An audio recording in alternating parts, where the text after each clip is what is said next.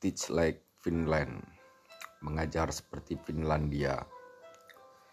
3 strategi sederhana untuk kelas yang menyenangkan, karya Timothy D. Walker. Ini sebuah karya bestseller, bagus untuk dibaca para guru dan mereka yang mempunyai perhatian tentang pendidikan. Untuk daftar isinya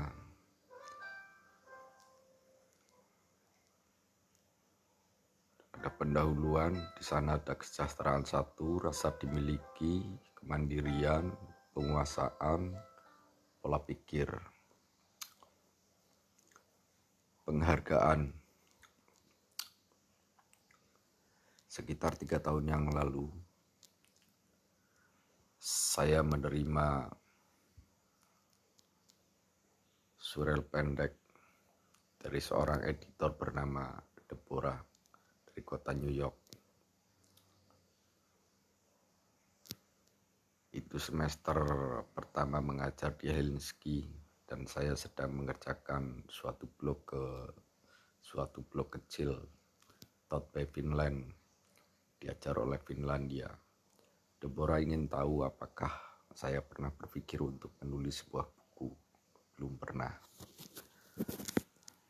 Saya sangat bersyukur karena Deborah memiliki keyakinan sedari awal bahwa saya mampu menulis Teach like Finland, mengajar seperti Finlandia. Saya berterima kasih untuk tim Norton lainnya atas bantuan kelas dunia yang mereka berikan selama proyek ini. Selain itu, saya berterima kasih kepada Pasi Selberg yang sejak semester pertama saya mengajar di Helsinki telah menyemangati saya untuk terus menulis tentang pendidikan Finlandia dari sudut pandang orang asing. Saya sangat senang karena dia bersedia menulis pengantar buku ini. Saya bersyukur untuk mantan rekan kerja dari siswa dan siswa di Rasu Comprehensive School, tempat saya menjalani 2 tahun kerja yang menyenangkan. Saat menulis buku ini, saya banyak berbincang dengan pendidik Finlandia dari sekolah lain, dan saya berterima kasih atas kesediaan mereka untuk berbicara dengan saya. Sebelum mengajar di Helsinki, saya dimentori oleh beberapa pendidik Amerika yang bertalenta. Terima kasih banyak untuk Brian Henry, Joanna, Carby, Linda Lee, Lisa, Stephen, dan Tricia. Di samping ini, saya ingin menyampaikan rasa terima kasih untuk istri saya, Johanna, dan anak-anak kami, Michelle dan Adalia. Cinta mereka benar-benar memberi saya kebahagiaan, dan pada akhirnya saya mengucap syukur pada Tuhan atas rencananya yang begitu baik. Kata pengantar yang ditulis oleh Pasi Selberg. Di tahun 2000-an, buku seperti ini tidak akan pernah ditulis. Ketika itu, lanskap pendidikan global tampak sangat berbeda. Inggris baru saja melalui 1 dekade penuh reformasi sekolah fundamental yang menggarisbawahi target pencapaian yang lebih tinggi dan penilaian siswa yang lebih sering, yang menggoncang kehidupan siswa dan guru semuanya. Swedia sedang berada di tengah implementasi salah satu reformasi sekolah yang paling radikal, dengan menciptakan sekolah jenis baru yang membebaskan orang tua dalam memilih pendidikan alternatif untuk anak-anak mereka. Di Asia Tenggara, negara seperti Jepang, Hong Kong, Korea Selatan, dan Singapura menyetel sistem pendidikan mereka menjadi lebih cepat dan hasil pembelajaran yang lebih maju, terutama dalam bidang kemampuan membaca, matematika, dan IPA. Hargreaves dan Shirley 2010, Amerika Serikat banyak melakukan eksperimen di negara-negara bagiannya dengan fokus memperketat akuntabilitas guru dan sekolah demi tingkat pencapaian siswa dan keleluasaan yang tinggi. Kala itu ada awal dari sebuah era peningkatan upaya untuk pencapaian yang lebih tinggi. Seandainya buku ini ditulis pada tahun 2000, buku ini sama halnya dengan banyak buku serupa di masa itu akan menyarankan model baru dari guru yang efektif, strategi untuk memperbaiki sekolah yang mengalami kegagalan, atau perintah untuk memperbaiki seluruh sistem edukasi. Jika Anda berkesempatan bertanya pada para peserta dalam sebuah pertemuan pendidikan internasional, kemana mereka akan pergi untuk menemukan inspirasi dan ide-ide yang bagus dalam mengembangkan pendidikan dan memperbaiki mutu sekolah, sebagian besar mungkin akan memilih negara-negara yang telah disebutkan di atas. Anda mungkin juga akan mendengar beberapa dari antara mereka menyebutkan apa yang sedang terjadi di Australia, Selandia Baru, Jerman, atau Belanda. Sistem pendidikan di beberapa negara ini telah menerapkan model yang baru, menarik untuk memonitor perkembangan pendidikan, menyampaikan informasi pada orang tua hal-hal positif yang telah dilakukan sekolah, dan menciptakan bentuk kepemimpinan pendidikan yang baru, tempat tujuan untuk study tour, dan proyek penelitian bersama yang secara teratur mempelajari inovasi dan pembahasan. Bisa dikatakan adalah negara-negara itu juga. Namun ada satu negara yang mungkin hanya akan disebut segelintir orang sebagai negara dengan segala tawaran yang menarik ketika berbicara tentang pendidikan: Finlandia. Semua berubah pada suatu malam di bulan Desember 2001 ketika CEDC, Organization for Economic Cooperation and Development, Organisasi Kerjasama dan Pengembangan Ekonomi, mempublikasikan hasil studi internasional pertamanya tentang kemampuan anak-anak berusia 15 tahun yang berhubungan dengan keterampilan membaca, matematika, dan ilmiah yang telah mereka peroleh di dalam dan di luar sekolah, yang dikenal dengan PISA, Program for International Student Assessment, program penilaian siswa internasional. Semua mata tertuju pada negara Nordi, Skandinavia, Finlandia, Islandia, dan kepulauan Fave kecil ini. OECD 2010, di luar perkiraan Finlandia dengan populasi hampir 5,5 juta orang, telah mencatatkan dirinya melampaui semua 31 negara OECD lain dalam tes yang dirancang untuk menunjukkan seberapa baik orang muda akan berhasil memahami pengetahuan ekonomi yang dinamis ketika mereka beranjak dewasa. Lebih lanjut lagi, tampak bahwa di Finlandia pencapaian siswa di antara sekolah-sekolah yang berbeda kurang bervariasi, dan bahwa pembelajaran anak-anak di sekolah tidak terlalu dipengaruhi latar belakang keluarga dibanding negara lainnya. Di atas semuanya itu, orang Finlandia sepertinya dapat mencapai hasil yang mengagumkan. Ini hanya dengan belajar di sekolah yang masuk kategori sederhana. Tidak heran dunia pendidikan dibuat bingung. Komunitas pendidikan internasional dan media global bukanlah satu-satunya pihak yang dibingungkan oleh posisi Finlandia yang tidak terduga tersebut. Di Finlandia sendiri ada sekitar goncangan di antara pihak otoritas akademik dan pakar pendidikan. Sepertinya tidak ada seorang pun yang memiliki penjelasan yang cukup atas performa pendidikan pendudukan Finlandia yang superior diukur dengan standar internasional. Semua terjadi sebelum Desember 2001. Sebuah sekolah komprehensif 9 tahun, kelas 1 hingga 9 yang berdiri di tahun 1970-an, menerima kritik tajam yang semakin banyak dari berbagai lini masyarakat Finlandia. Sekolah-sekolah menengah atas dan universitas-universitas menyalahkan sekolah yang baru ini karena perlahan tapi pasti berperan dalam menurunnya tingkat pengetahuan dan keterampilan yang diharapkan sudah dimiliki siswa ketika memasuki tingkat pendidikan selanjutnya. Beberapa pemilik perusahaan ikut bersuara menambahkan bahwa generasi yang lebih muda kurang memiliki etos kerja yang baik dan mereka seringkali diajarkan hanya untuk mencari kenyamanan dan menghindari kerja keras.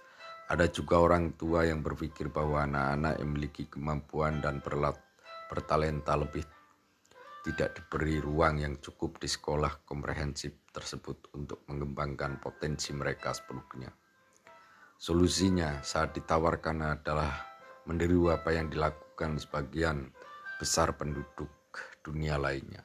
Menu reformasi yang disarankan termasuk menciptakan sebuah standar yang lebih tinggi, mendapatkan informasi terperinci tentang pencapaian siswa, memberikan orang tua pilihan yang lebih banyak berkenaan dengan kemana akan menyekolahkan anak-anak mereka, serta menciptakan sekolah khusus untuk anak-anak berbakat. Penolakan yang banyak terhadap sekolah komprehensif Finlandia ini teredam setelah Desember 2001. Bisa dipastikan jika bukan berkat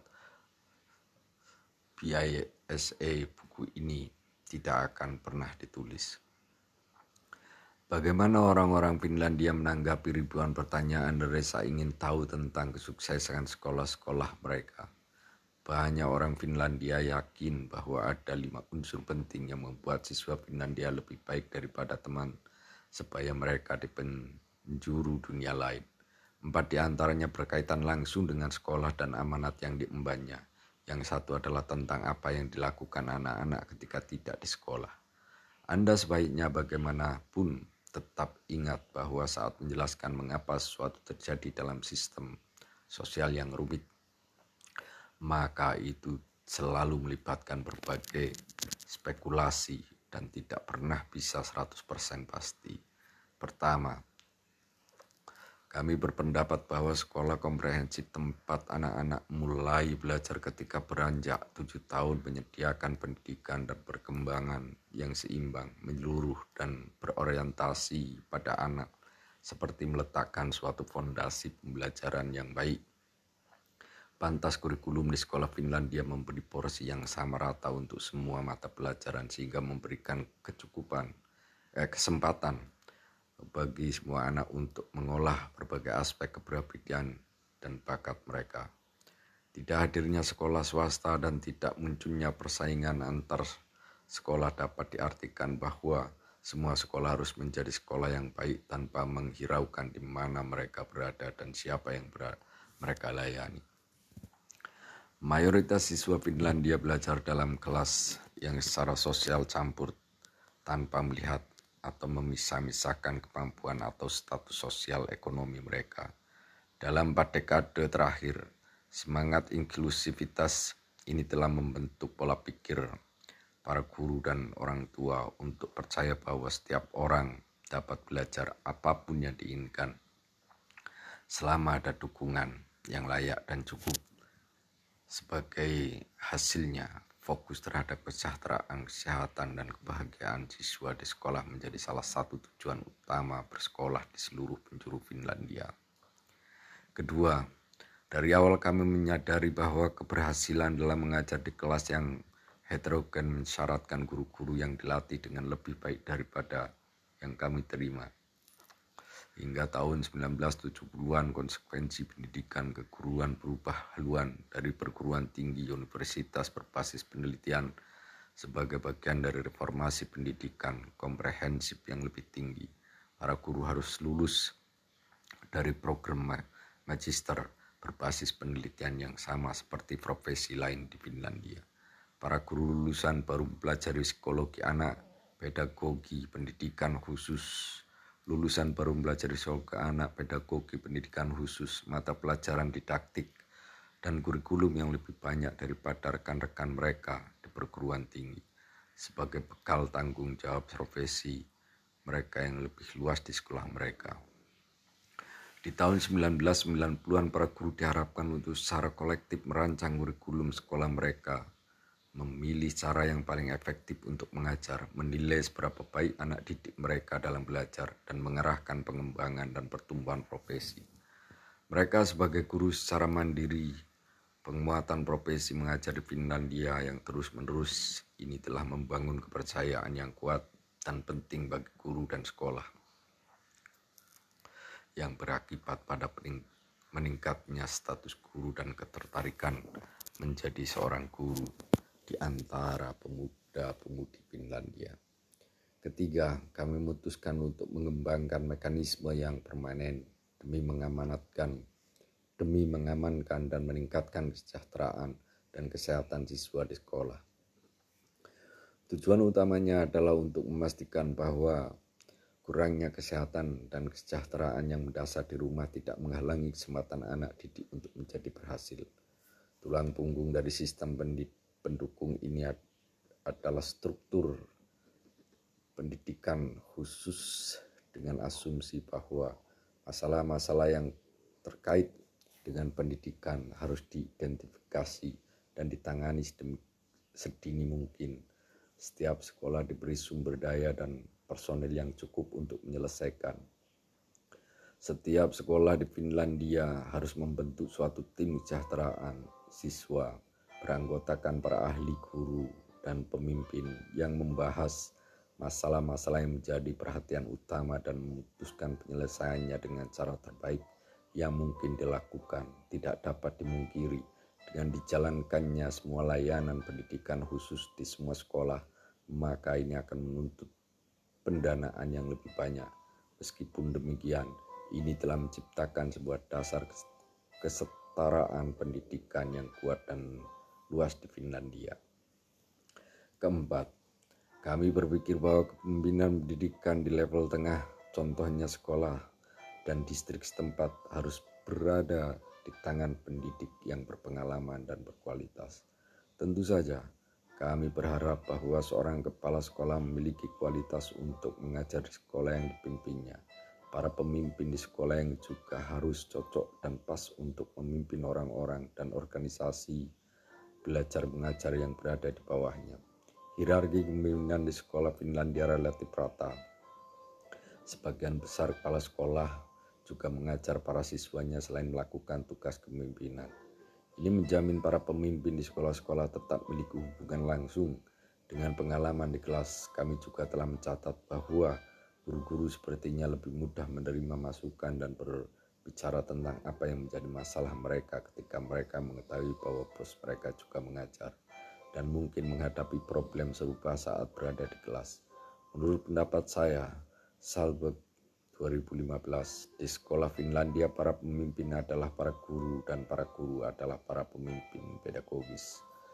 Kelima, kita tahu bahwa situasi para siswa ketika berada di luar sekolah memainkan bagian yang signifikan sebagai variasi pembelajaran di sekolah.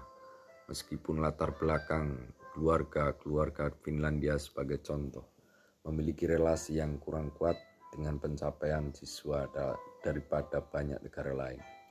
Apa yang terjadi kepada para kaum mudanya saat tidak berada di sekolah memiliki peran yang penting baik bagi sukses dan gagalnya pendidikan. Karena itu, kebijakan tertentu yang dirancang untuk anak dan kaum muda bersama dengan jaringan yang kuat terdiri dari asosiasi, perkumpulan, dan organisasi memiliki dampak positif yang besar terhadap kesejahteraan, kesehatan anak-anak, serta modal sosial yang semuanya berkontribusi bagi pembelajaran mereka di sekolah. Ada sekitar 100.000 asosiasi non-pemerintah dengan sekitar 15 juta anggota di Finlandia. Aliansi 2016 ini menunjukkan bahwa orang Finlandia secara aktif ikut serta dalam bermacam kegiatan di luar pekerjaan dan sekolah mereka. 3 dari 5 orang muda di Finlandia terlibat dalam beberapa jenis kegiatan sosial di waktu luang mereka. Kegiatan paling umum yang ditawarkan asosiasi tersebut adalah olahraga, seni, dan budaya. Dalam organisasi ini, orang muda belajar untuk melengkapi pengetahuan dan keterampilan yang telah mereka pelajari di sekolah. Ketika 90% orang muda Finlandia melaporkan bahwa setidaknya mereka memiliki satu hobi di luar sekolah. Jelas sekali ini memainkan peran yang besar bagi performa mereka di sekolah. Pengembangan dan pemeliharaan anak di usia dini yang universal, penanganan kesehatan publik, dan sistem perpustakaan umum yang tersebut luas adalah beberapa faktor yang ikut mendukung kerja sekolah dalam menolong semua anak didik menjadi sukses. Sulit untuk memahami bagaimana sistem pendidikan bekerja dan bagaimana unsur berbeda baik di dalam dan di luar sistem tersebut memengaruhi hasil. Karena itu sangat sulit untuk membuat kesan yang baik tentang sistem pendidikan selain dari sistem di mana Anda ambil bagian di dalamnya. Kunjungan seminggu yang diisi dengan observasi sekolah dan mendengarkan para ahli yang jarang sekali memberikan wawasan yang cukup untuk memahami pendidikan Finlandia yang sebenarnya. Apa yang perlu Anda lakukan adalah mengajar di Finlandia, diajar oleh orang Finlandia. Inilah yang membuat Tim Walker menjadi pembawa pesan yang unik di dunia tentang perbaikan pendidikan. Tulisannya mencerminkan sebuah pemahaman yang lebih luas tentang rajutan budaya yang tinggi di sekolah Finlandia dan menyinari para pendidik baik yang berbasis luar negeri dan yang berbasis Finlandia. Saya bertemu Tim tidak lama setelah dia pindah bersama keluarganya dari Boston ke Helsinki. Kemudian kami berbincang-bincang tentang bagaimana sekolah Finlandia berbeda dari sekolah khas Amerika. Saya kagum mendengar kisahnya tentang kelas 5-nya. Selama berada di sekolah komprehensif Risu, sebuah sekolah umum Helsinki yang juga menawarkan program sarjana muda internasional. Sebuah tempat yang sering saya kunjungi dan saya kenal baik. Tim sering berhadapan dengan bahan-bahan sekolah Finlandia yang dapat Anda baca secara lengkap dalam buku ini. Untuk dapat menulis tentang aspek-aspek praktis yang membuat sekolah Finlandia berbeda, seseorang harus memiliki suatu sudut pandang yang lain daripada yang lain. Saya tidak bisa memikirkan nama lain yang dapat melakukan ini lebih baik dari Tim. Ketika saya hendak mempublikasikan edisi kedua dari buku saya yang berjudul Finnish Lesson, What can the world learn from educational change in Finland? Saya bertanya pada penerbit saya akan menempel stiker di sampul belakang yang berbunyi peringatan, jangan coba ini di rumah. Alasannya, ada begitu banyak pertanyaan dari para politikus, pemimpin pendidikan, dan guru yang pada intinya ingin tahu bagaimana cara menerapkan sistem sekolah Finlandia di negara mereka sendiri. Penerbit saya mengerti keprihatinan saya, namun mereka tidak menempelkan stiker apapun. Meskipun demikian, saya pikir mustahil untuk memindahkan sistem pendidikan dari satu tempat ke tempat lainnya. Sistem pendidikan seperti tanaman atau pepohonan yang tumbuh baik hanya di tanah dan iklimnya sendiri. Buku Tim Walker, Teach Like Finland, 33 strategi sederhana untuk kelas yang menyenangkan, menjelaskan kenyataan ini dan menawarkan Anda langkah-langkah praktis tentang bagaimana memasukkan kebahagiaan dan hal-hal yang menyenangkan di sekolah. Jika Anda melakukannya dengan ide-ide yang disampaikan, Anda akan mengajar sedikit seperti Finlandia. Semoga berhasil.